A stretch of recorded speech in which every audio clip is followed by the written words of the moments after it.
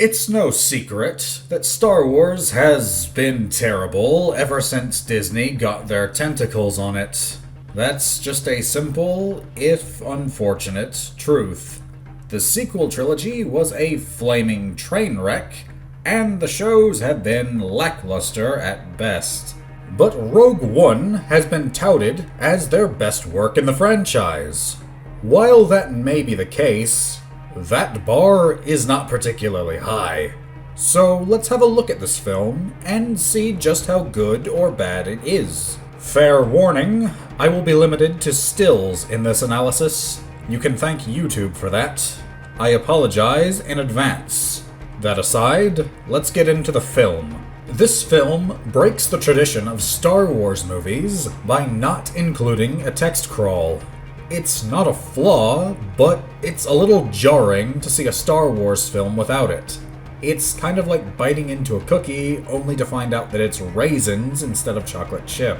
The text crawl came with a nostalgic feeling, but more than that, it provided us with exposition to get the ball rolling. I'm not knocking off any points for it not being in this movie, it just doesn't sit quite right with me. Personal preference and all. We behold an Imperial shuttle sweeping down to an as-of-yet unknown planet, and it's detected by a man in his small hut. Already, this establishes that despite the quaint homestead he has here, he's not some backwoods nobody. He has the know-how and skills to have this detection system. That's not something just everyone has. As the man's daughter rushes into their home, fearfully calling for her parents, the man declares it's time, indicating that they had been planning for this very happening. I have to wonder how they were found out here, or why this family didn't go somewhere more remote if they thought that they would be tracked down. As they hastily gather their belongings, the mother contacts another man by the name of Saul, declaring that he's come for us. This tells us that not only did they expect to be tracked down by the Empire, but that they expected to be tracked down by a specific person. Which, again, makes me question why they weren't somewhere more remote if they knew who would be looking for them. That would make hiding from that person a bit easier, but it would seem as though they didn't utilize that information. The shuttle then lands quite the hike away from the home. There doesn't seem to be any real reason for this, other than the plot demands that the family has more time to prepare. Genuinely, why would it land this far away, especially if it's transporting someone important enough to warrant this shuttle? Why would they agree to hike so far? The father then tells his daughter, named Jin, that whatever he does from now on is to protect her. This obviously doesn't mean much to a child, but it likely would once she becomes older. He also refers to her by the moniker of Stardust. That will be important later. The mother then gets the father's attention, referring to him by name, Galen. Strangely, this is the same name as the protagonist from the Force Unleashed games. First, Disney repurposed the name of Starkiller, and now there's this from the same source. Go figure. Galen then goes out to confront the approaching Imperial officer and his black-armored stormtroopers.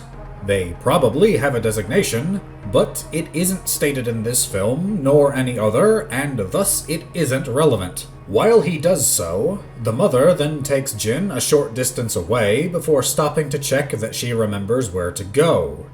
Two things. First, why are you abandoning your child? If something unavoidable is going to happen to one parent, why would you, as the remaining parent, not stay with your kid? That's worse than irresponsible. That's just abandonment. Second, you just ran across soft soil. That's going to leave tracks that any observant pursuer would be able to follow. Not exactly a sound plan. She then gives Jin her necklace and tells her to trust the Force. That is a bit odd. Normal people in Star Wars, with a few exceptions granted, don't seem to give the Force much thought, if any at all. I mean, why would they? It isn't something that they can perceive or interact with, so why would they revere it? It would mostly just be some Jedi thing to them. The only people I can recall referencing the Force who weren't Force users in the OT were the commander giving the X-Wing pilots their mission briefing in A New Hope, and Admiral Akbar in Return of the Jedi. It wasn't referenced much by those who couldn't use it. Han did tell Luke, "May the Force be with you," in A New Hope, but that largely seemed to be to comfort him. This use of it just seems odd. But as the mother leaves Jin, the child opts to not proceed to her designated hiding place, instead hiding in the grass to watch what unfolds. Galen confronts the officer, and he tries to play off the situation as though his wife is dead and he is here alone. The officer feigns sympathy, but then immediately orders his troops to search the house. I will say that this does a great job at showing us just what sort of person this man is. The troopers begin to move off, and they make incoherent chittering sounds to each other, sounding like Combine soldiers from Half-Life 2 if they were drowning. Galen then demands to know what the officer wants, introducing us to him as Krennic. Krennic declares that their work has stalled, and he needs Galen's expertise. He declares that they are on the verge of providing security to the galaxy, echoing Anakin's words to Obi-Wan on Mustafar, but Galen dismisses this as terror rather than peace. We obviously know that Krennic is referring to the Death Star, but the characters do not at this time. Galen then resorts to insisting that his mind is deteriorating and that he won't be of any help, but Krennic isn't buying it. Galen's wife Lyra then elects to emerge from where she was hidden and points a blaster at Krennic. Really? Why? What were you hoping to accomplish here? The troopers have you outnumbered and know you're there. There is almost nothing you could have achieved by doing this. If you had to do this maneuver, you could at least have just shot Krennic. Lyra then insists that they won't be taken, declaring that they would be hostages to make Galen work for the Empire. Well, congratulations, you've just ensured that they can do exactly that. Good job. Galen then begs Lyra to put the blaster down, but she declares that the Empire will never win, and so Krennic orders one of his troopers to kill her, who is only too happy to comply. Lyra does get a shot off though, hitting Krennic in the shoulder. Painful, but not fatal or permanently damaging. Your stunt gained you nothing. As Galen rushes to his wife's body, Krennic then tells his troopers they have a child, find it. Interesting that he doesn't remember the gender of their child, given that he knew them personally, as shown in a flashback later. That may just speak to his character. Either he didn't bother to remember, or he thinks so little of children that he refers to them as objects. Jin, having witnessed everything that had just transpired, runs to a cave, crossing more dirt that should leave footprints given its wet nature. Inside the cave, she opens a hatch on a false rock, leading to a small bunker. The black-armored troopers make only a half-hearted display of searching for her and retreat. Given that her footprints should lead right to this hidden entrance, they should be able to find it rather easily, especially given that there's a rather large gap in the hatch that she watches them through. Not exactly the best showing for these guys, if I'm being honest. Jin then hides within the bunker for an unknown amount of time, while Galen is taken by Krennic.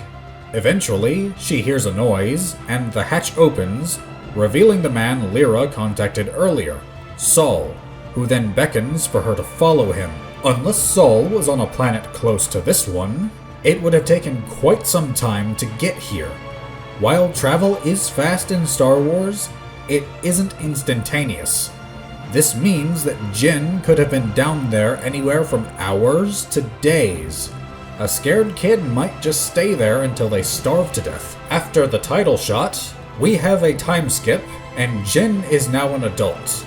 It would seem that she has been imprisoned by the Empire, so it looks as though her sentiments for them haven't improved with time. We never find out how or why she was imprisoned, or even if it was justified. Her charges are listed against her later, though whether they were legitimate or false is uncertain. Given the blatant evil that the Empire is known for, either outcome is likely. I'm more inclined to believe that she was nabbed doing something against the Empire myself, but the other side could also be argued. We then abruptly cut to a trading outpost at an unspecified distance to where Jin is being held. We follow a man making his way through the crowd, carefully dodging around the attention of the local stormtroopers. He rendezvous with another man who has an injured arm.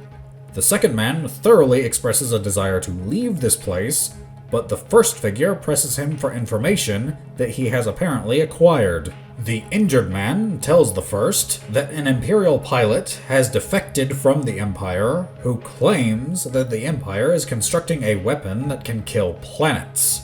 The injured man tries to push past the first, but is manhandled into remaining where he is. This shows us that the first man is willing to put his mission above the desires of others, at least in this instance. This movie tries to introduce him as being morally gray, but it doesn't commit to it. By and large, he acts fairly good throughout. The injured man mentions that Galen Erso is working on the Empire's weapon, but the two are then confronted by a pair of stormtroopers. It was a bit suspicious to be hanging around in this nook with just the two of you. A crowd would have made you blend in more, but now you've got their attention. The first man, who will later be named Andor, fakes reaching for his identification to instead draw a blaster pistol and eliminate the troopers, who are too slow to react. Now we encounter a flaw that's been in pretty much every Star Wars movie that features stormtroopers: their armor. What exactly is the point of it? It doesn't seem to protect them from anything at all, so why waste money producing it? It clearly doesn't protect them from thermal-based weapons like blasters, as they mostly go down in one shot. It also doesn't seem to be able to stop even basic projectile attacks and blunt force, as the Ewoks could go toe-to-toe with stormtroopers in Return of the Jedi. So what's the point of it? This is a flaw, but it's a flaw with almost all Star Wars media, so I won't knock this movie exclusively for it. The two stormtroopers' deaths causes a stir, though, and more are seen to walk each other to converge on their position. Andor, whose name I had to look up because the characters in this film rarely refer to each other by name, then reassures his informant that all will be well before shooting him in the back. This fits with his previously established attitude of putting the mission first. He couldn't risk the other man blabbing, who seemed rather cowardly and uncomposed. Andor, who shares his name with a nation in the Wheel of Time book series, does look a bit shaken after betraying his informant, but he quickly shakes it off and begins scaling the wall to escape. We then abruptly cut again to the planet of Jeddah, where some unsavory-looking individuals meet the previously mentioned Imperial pilot who has defected. The pilot insists that he needs to speak to Sol Guerrera, but the group has no intention of listening to him at this juncture, as they throw a bag over his head and take him away. I can't say that I fault them. If they're a group fighting the Empire, then this very well could be a trap. Another jarring cut follows immediately after this, taking us to the planet of Wobani, which we have only seen once, so I don't know why it receives such a special treatment. Was this where Jin was shown to be held? It didn't specify that before, so doing so now would be a bizarre editing choice. We see that she and several other prisoners are being transported to an Imperial labor camp, being carried in a tremendous vehicle that looks like an offshoot of one used in the Clone Wars era. I'm not a huge fan of the expanded material, so that makes this only a piece of fan service, which is something Disney has been abusing for years now. Familiar imagery and nostalgia have carried their work far beyond what it deserves. Inside are fewer prisoners than you might expect for a vehicle of this size, and the stormtroopers' armor is coated in grime, showing us that they either don't have the time or resources to care for it, or they just haven't bothered to do so. That is a nice bit of giving us some world building using only visuals. It would appear that since this is just a labor camp, this place doesn't receive the same support that other locations do, hence the more worn armor. The stormtroopers' body language even looks like they're almost as tired as the prisoners. The transport is suddenly halted, much to the troopers' confusion. The door is then blown off, and the two soldiers are quickly cut down. Jyn is freed from her restraints by these rebels, but then promptly kicks her benefactor and tries to flee. What exactly was your plan? You've got nowhere to go, no way to get off this planet, and are wanted by the Empire. This is what's known as a bad idea. These people obviously have no love for the faction that imprisoned you, so you might want to hear them out. She then punches the second man, then strikes the first and third men with a shovel. Talk about ungrateful. Is this supposed to endear me to the character of Jyn? Because it doesn't. These people just rescued you at great risk to themselves, and then you attack them. She's then rightfully grabbed and slammed into the ground by a lanky droid who displays more personality than most of the biologically alive characters. Most of the performances in this movie are rather stunted, which may have been a fault of the actors, or maybe the director wanted that outcome, but either way, this droid gives the best performance. Another sharp cut brings us to Yavin 4, and I'm getting spatial whiplash. These rapid cuts from one location to another are severely jarring. We're in one for barely more than a few minutes, if that, before we smash cut to the next.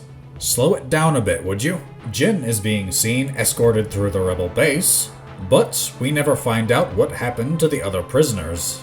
Were they just left there, or were they taken too? Just freeing them and leaving them on the prison camp planet would be just asking for them to be captured again. Jyn has been handcuffed, which is a sound call. Seeing as she's been incredibly volatile to anything that moves thus far, it's better for everyone if she's restrained. A rebel officer recites charges laid against her by the Empire, and calls out her true name, as she had previously been going by an alias.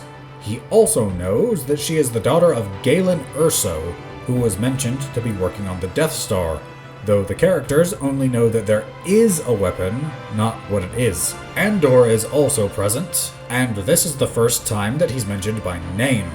He demands to know when Jyn last contacted her father, and she tells him that it was 15 years ago, and that she likes to pretend that he's dead, as it makes it easier for her. This sparks a reply from Andor, but Jyn retorts that she doesn't have the luxury of political opinions. Right. That's why you were arrested. Vicious though you may be, you are a terrible liar like your father, Jyn. Andor then shifts to querying her about Saul Guerrera, and the other rebel authorities inform her that Saul is an extremist, distrusting even other rebel groups. Seeing as he knows her, she may be able to get them an audience with him. They want access to the information that the pilot possesses, and know that he was sent by her father. Seeing as he's being held by Saul, that's why they need Jyn. How they knew all that is unknown, but it isn't impossible that they acquired this information, so I'll let it slide. The rebels tell Jyn that they hope to confirm the pilot's information, and then extract her father, in exchange for her freedom.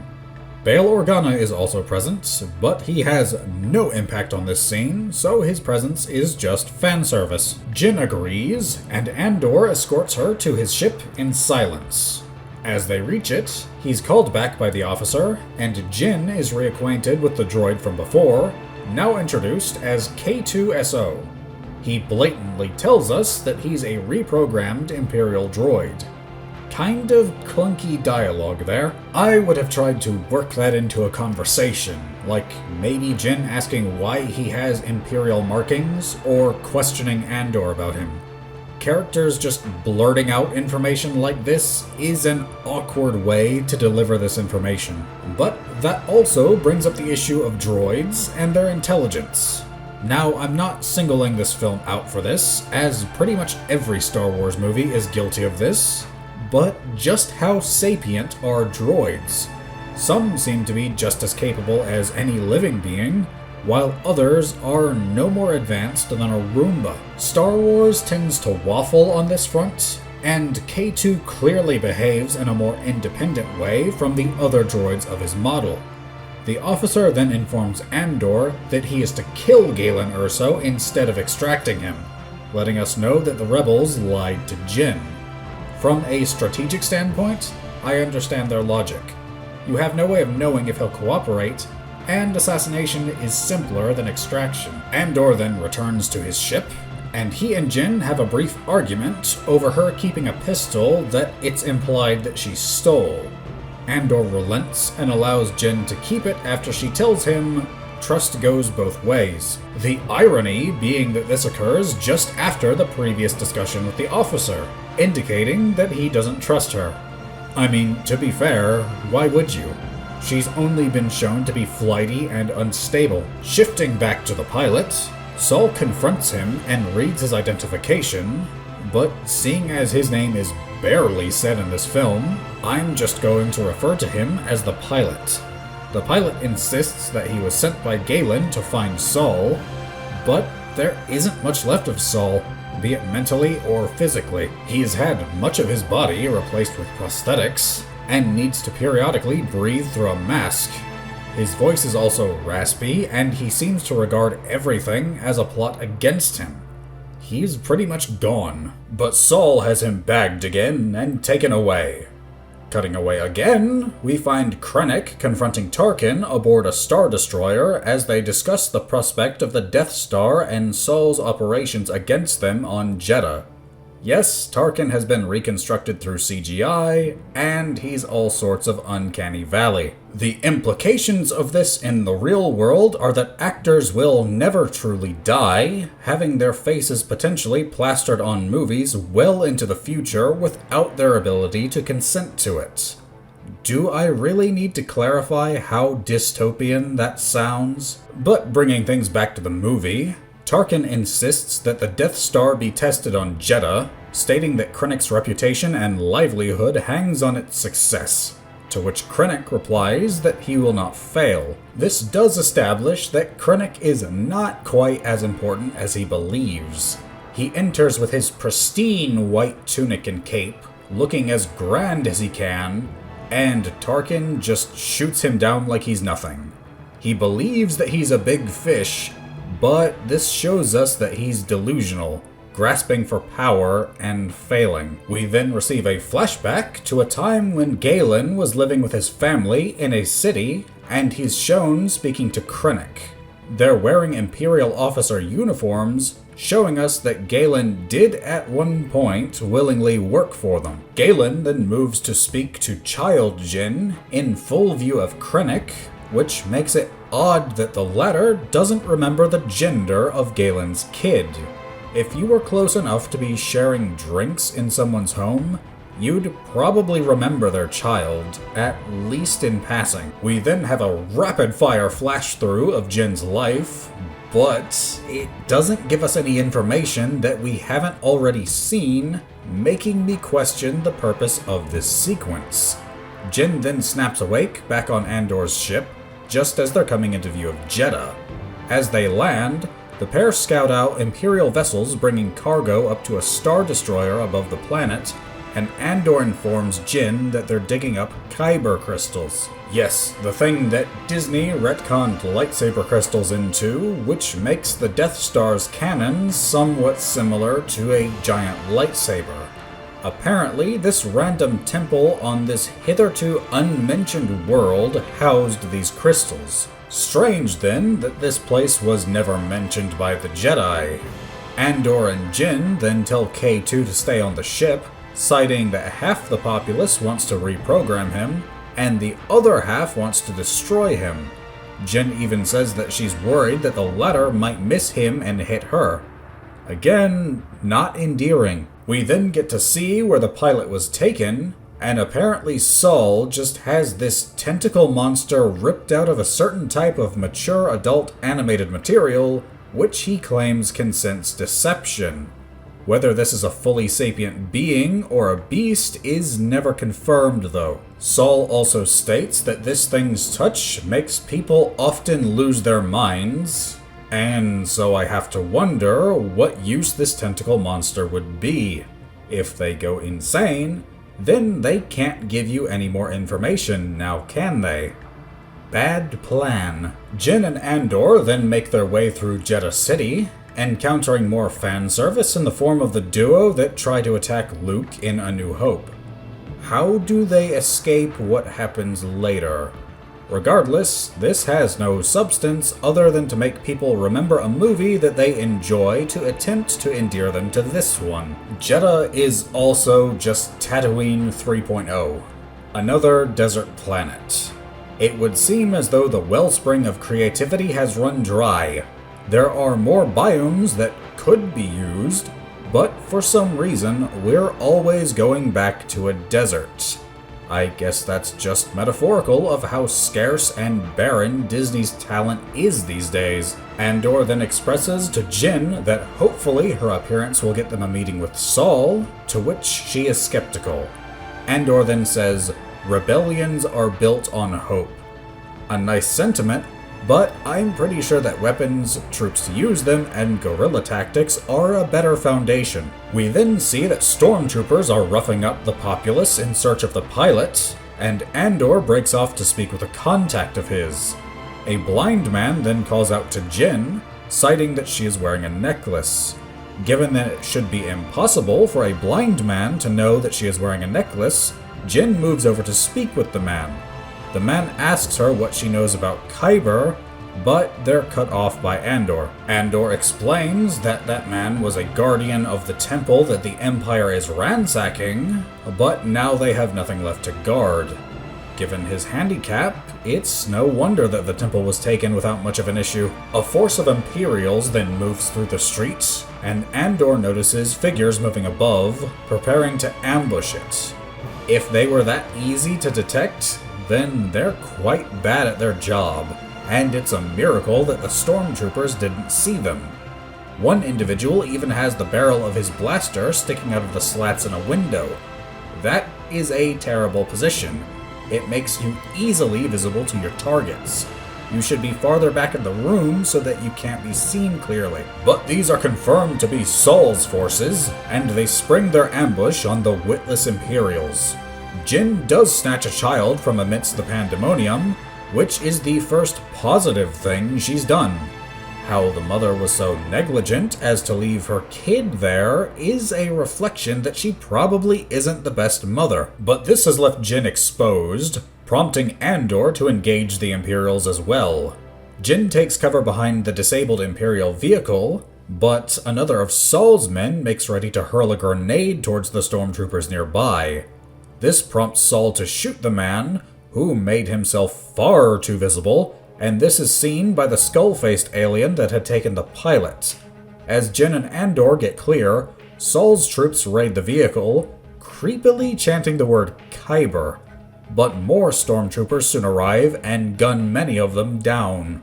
Jin and Andor are then cornered in an alleyway by more of the stormtrooper reinforcements, but Jin manages to take down several of them with a tonfa of all things, before snatching one of their blasters and shooting a few.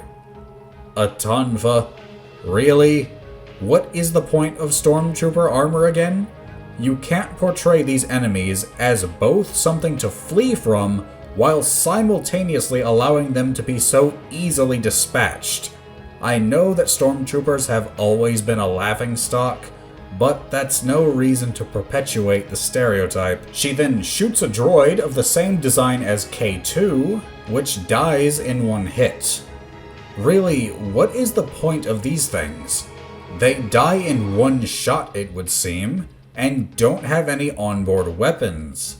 They aren't even intimidating, being spindly and lanky.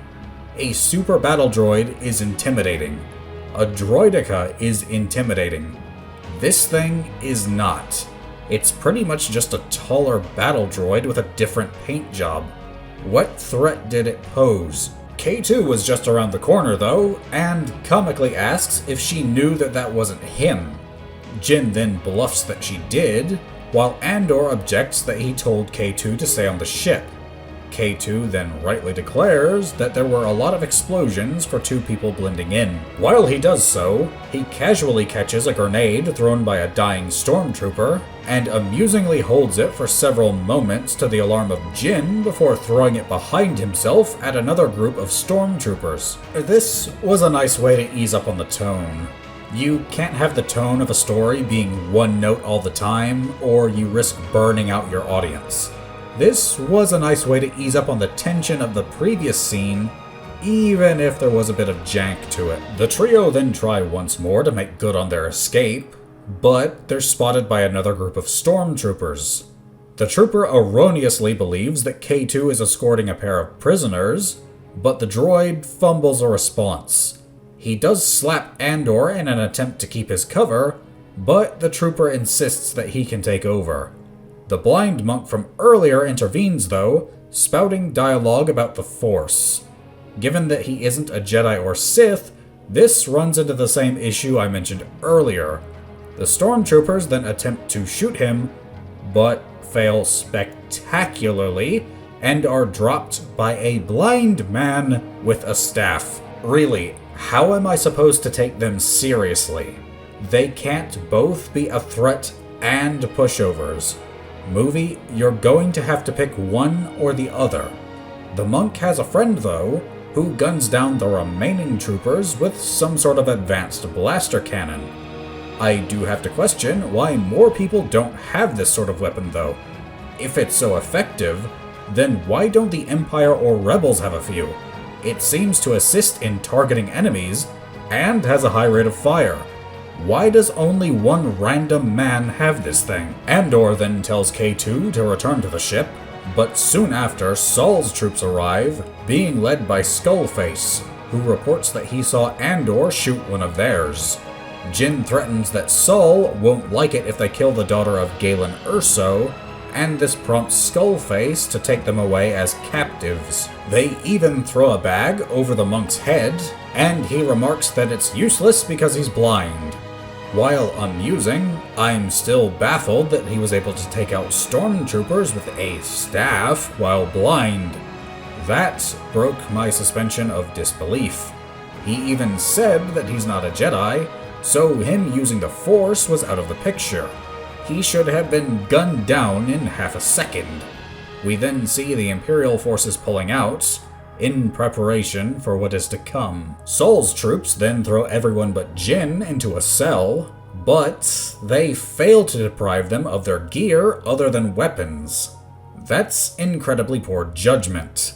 Standard practice should be to take away everything they have and replace their clothes with ones you provide, so that they won't have any surprises for you. The monk then chants, "I'm one with the Force is with me."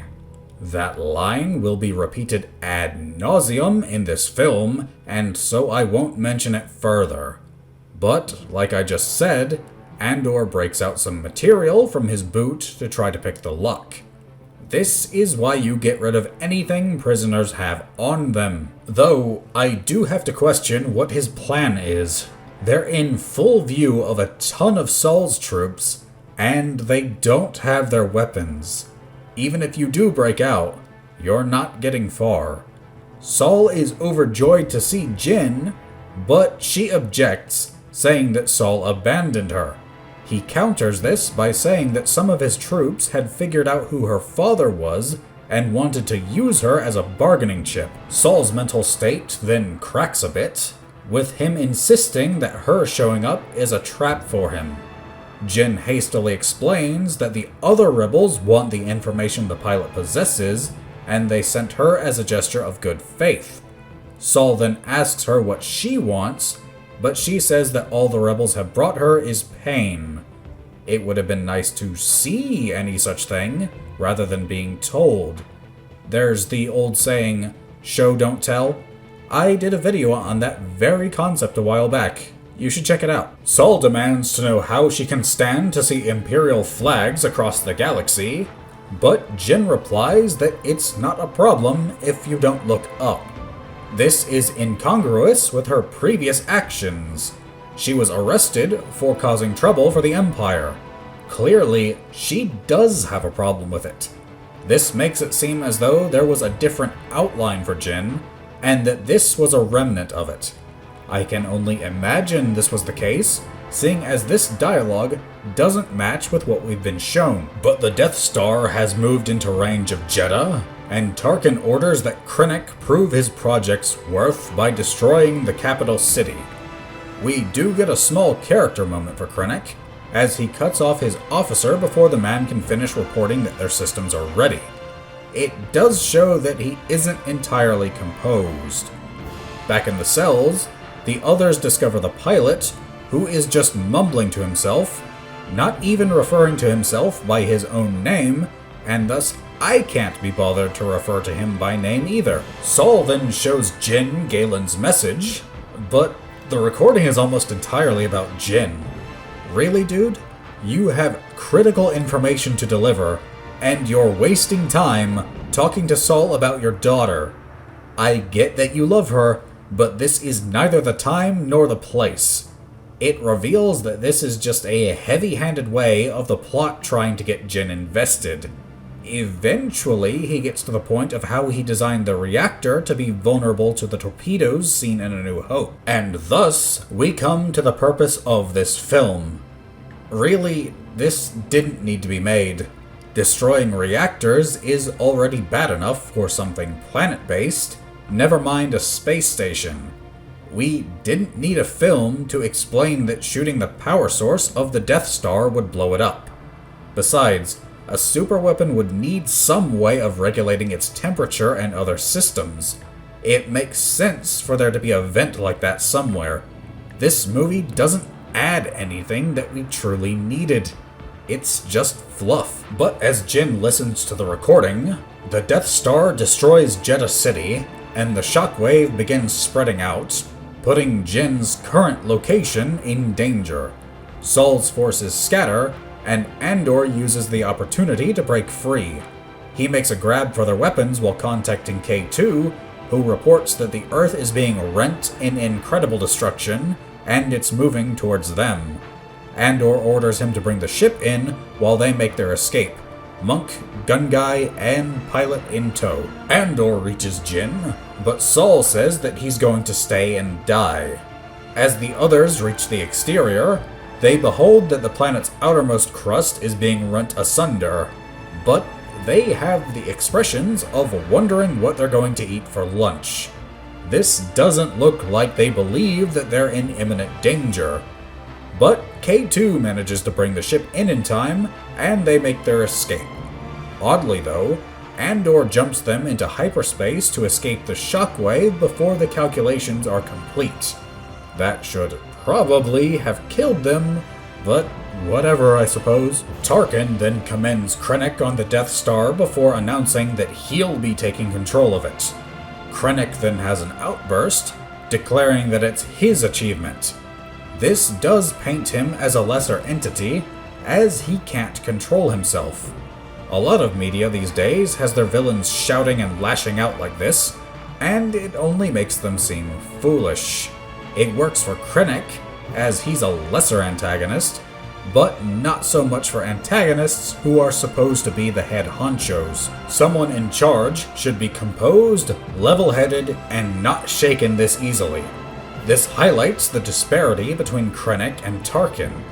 But Tarkin announces that the defecting pilot couldn't have acted alone, and states that he was dispatched from Galen's facility on Edu. Krennic then departs, heading for the planet. This puts him on an inevitable collision course with our main cast, who are also headed to Edu, thanks to the information from the pilot. Andor then contacts his superior, who approves his course to Edu and tells him that his orders to kill Galen still stand, saying that it's too dangerous to let Galen live. We get one of the scant moments when our ragtag bunch shows some character, with the pilot lamenting that he was too late. Gun Guy wants to give up, but Jen repeats what she heard in the message, telling them that if the reactor is destroyed, then the Death Star will be as well. As the group arrives on Edu, the pilot is shown to still have some use, directing K2 to fly low within the canyon to avoid being detected. This does make sense, as he was a pilot, and he would have to interact with these systems when taking off or landing, and he came from this facility. But in their efforts to remain undetected, their ship crash lands, though they are uninjured. It is odd that nobody saw them though, as they were remarkably close to the landing platform when they went down. The crash does damage their communications system though, meaning that Andor can't contact command. The officers can only assume the worst, and order a squadron of fighters to target Edu. But there's just one problem with that. Again, location. It would take time for fighters to reach this place, but they show up in the movie extremely quickly. Space travel is fast, but not that fast. Andor takes this chance to leave, fully intending to assassinate Galen if he gets the chance, and he takes the pilot with him as a guide and spotter, insisting aggressively that the others stay put, especially Jin. The monk then tells Jin that the Force moves darkly around a creature that is about to kill, and K2 rats out Andor, saying that his weapon was in sniper configuration. They probably got that idea from Republic Commando. Make a sequel, please. But this lets Jin put 2 and 2 together, and she makes off after them. She doesn't find them, but she does see a way up to the landing pad at the base of the cliff. But then the monk decides to go after her, and so Gun Guy accompanies him. So we've got one group being followed by Jin, who is in turn being followed by another group. That's a touch convoluted for what we really need. The pilot spots Galen through the binoculars as the engineering team for the Death Star assembles on the landing pad in preparation for Krennic's arrival. The man himself arrives in a shuttle not a moment later, and Andor gets rid of the pilot, telling him to find a ship that they can steal. The pilot is doubtful, but Andor insists. As Krennic announces that there is a traitor amongst the engineers, Andor tries to line up a shot on Galen, but his angle is too narrow. But since none of the engineers will admit to being a traitor, Krennic prepares to have them all shot. Bad move. These guys designed the Death Star. If it needs adjustments, they'll be the ones you need.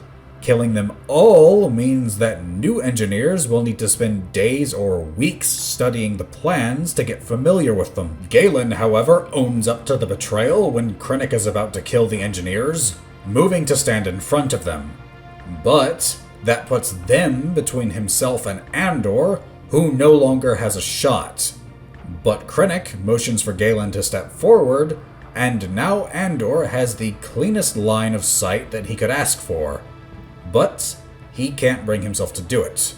Not after Jin's speech on how her father deliberately created a weakness in the Death Star.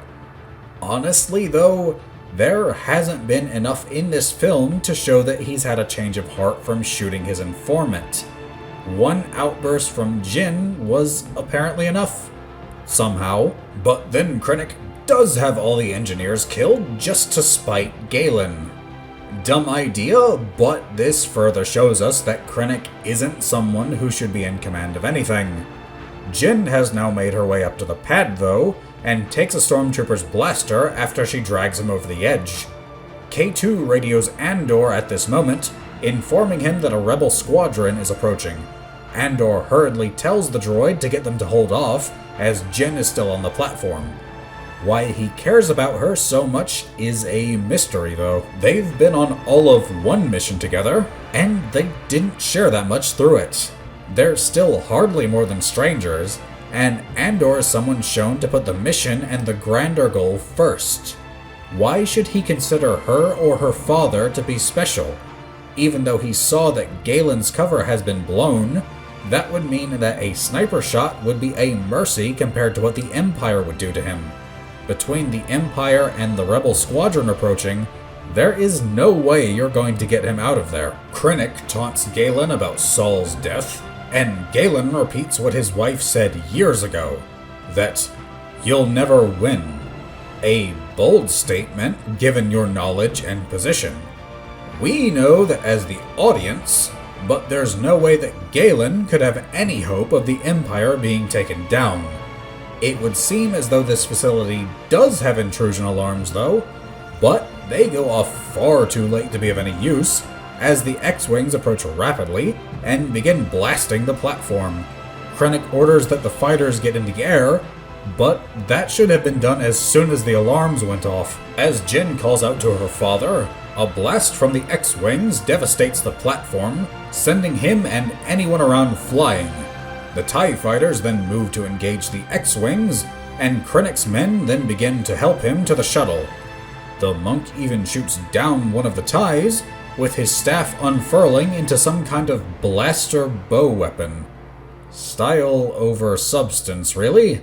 Why was he lugging that around instead of a more conventional weapon? Krennic then makes his escape, and we have this weird moment of Jyn being blasted back by his shuttle's thrusters, but nothing else around her is, not even her father's limp form. Seriously, why is she the only thing affected by this? Jyn then cradles her dying father, who once again calls her Stardust.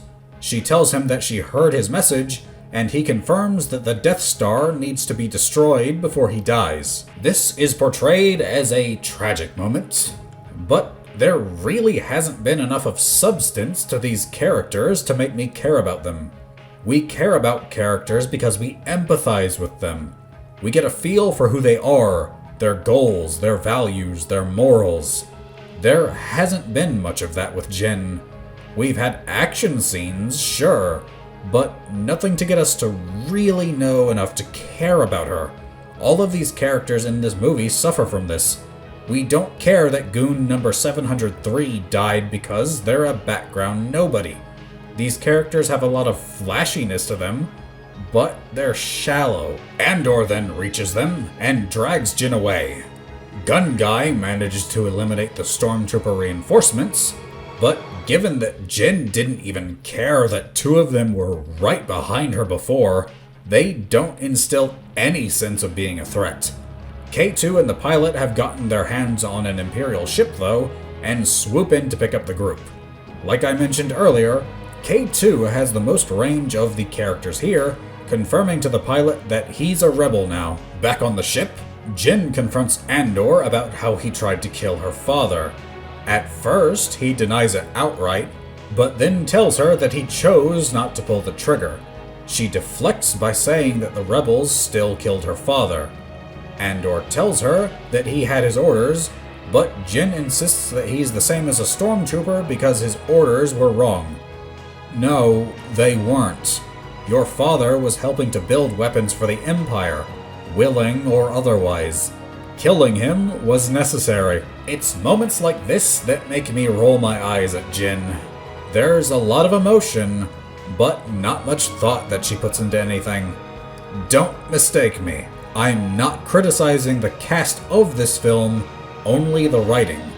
Jyn is certainly no Luke, Leia, or Han. We then get a short scene where Krennic is summoned to see Darth Vader, who demands that he makes sure that the Death Star hasn't been compromised. A lot of people complained about Vader making a pun here, but he did make a few in Empire Strikes Back, so that is not out of character for him. The Rebel Council have gathered, and they squabble like children over their next course of action, but hey, that's just accurate to politicians. Jyn urges them to send a fleet to the planet Scarif to steal the schematics of the Death Star, citing that rebellions are built on hope. Hope won't help you take such a heavily guarded and fortified location. Attacking Scarif is a goal, not a plan. You need to do better than that. The rebel leaders seem to give up though, and Jyn storms off. They're displaying a large amount of trust in her given the names some of them just called her. But it would seem as though Andor and some other rebels aren't ready to throw in the towel as they take the stolen Imperial ship. This feels like it was meant to emulate Han and Luke's interactions from A New Hope, but there just isn't as much to these characters as there was for the two of them, leading to this sequence feeling hollow. There is the moment where the pilot stammers replies to the Rebel air control before giving their call sign as Rogue One, hence the title of the movie. Why bother? You're stealing the ship and they don't believe your story, so why not just take off? It's pretty ham-fisted.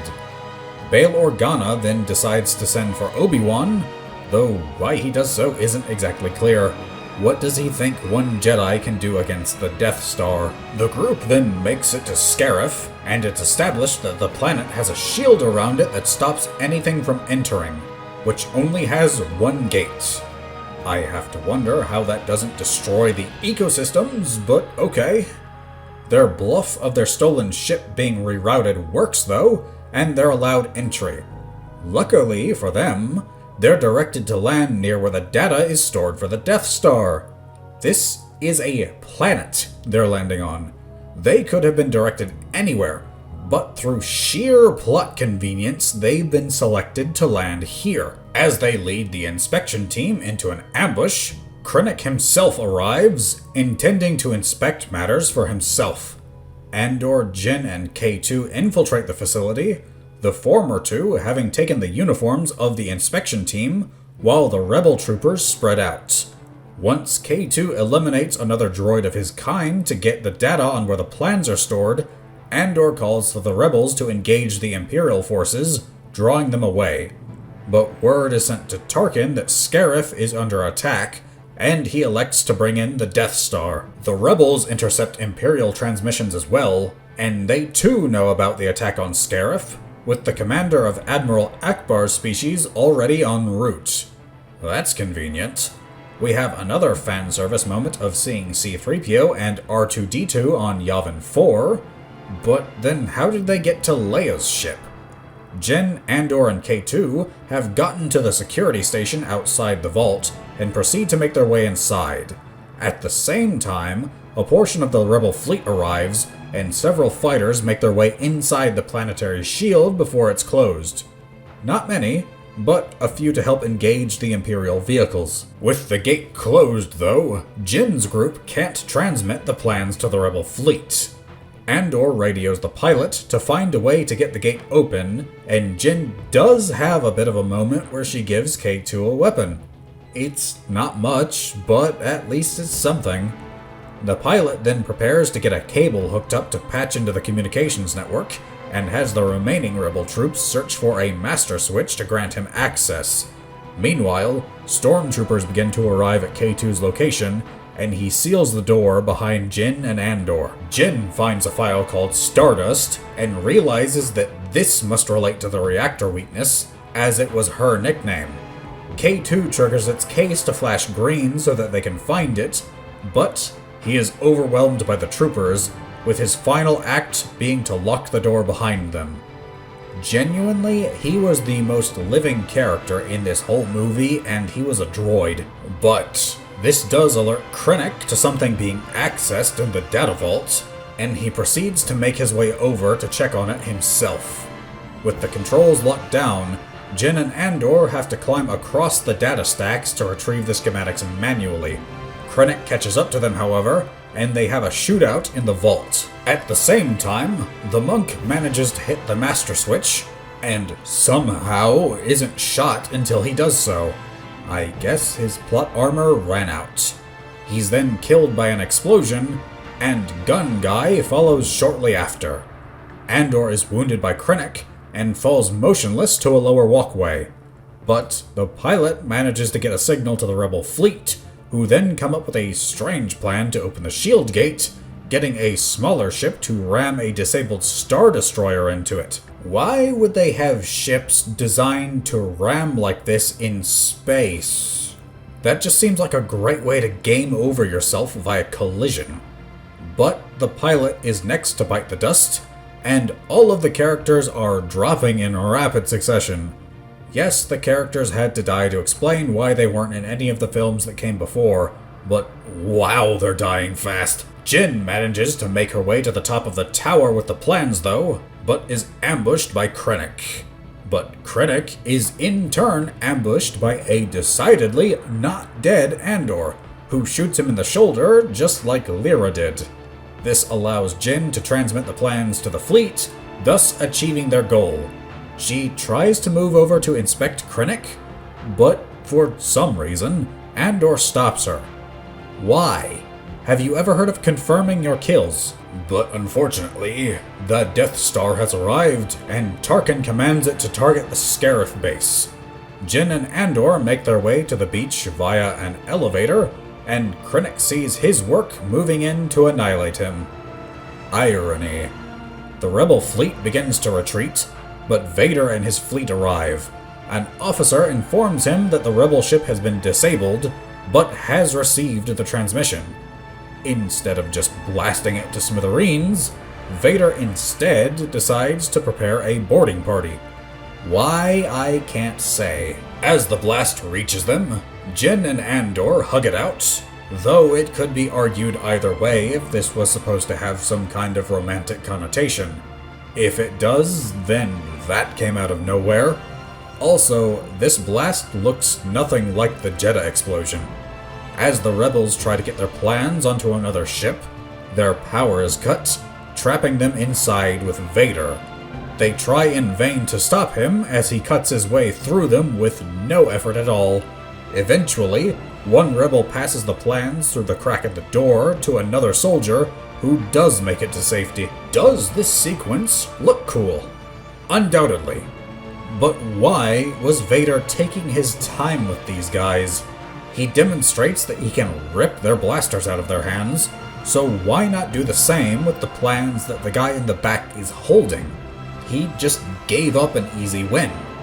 The last moments of this film show us that Vader saw Leia's ship escape, making her feigned innocence in A New Hope have no ground to stand on. The plans are then delivered to Princess Leia, and thus the film ends. Well, that was something. Was it out and out bad? Not really, but it wasn't good either. It had some nice visuals, but the plot was unnecessary and the characters were shallow. All in all, this movie didn't offer anything new or worthwhile. Objectively, I'd score this at a 6. There are numerous plot conveniences towards the end, and there are instances of factions teleporting around like it's Season 8 of Game of Thrones. It's the best that Disney has done, but it still isn't all that great. Subjectively, I can only give this a 4. The characters were the equivalent of the personification of the color beige with the depth of a puddle. That and this movie just wasn't needed. It doesn't add anything of note, and the pacing is atrocious. To sum it up, this movie didn't need to be made. It was made to cover up something that didn't need it in the first place, and that makes it feel like a cash grab. But these were just my observations. What were yours? Did you like this movie? Or did you find it redundant like I did?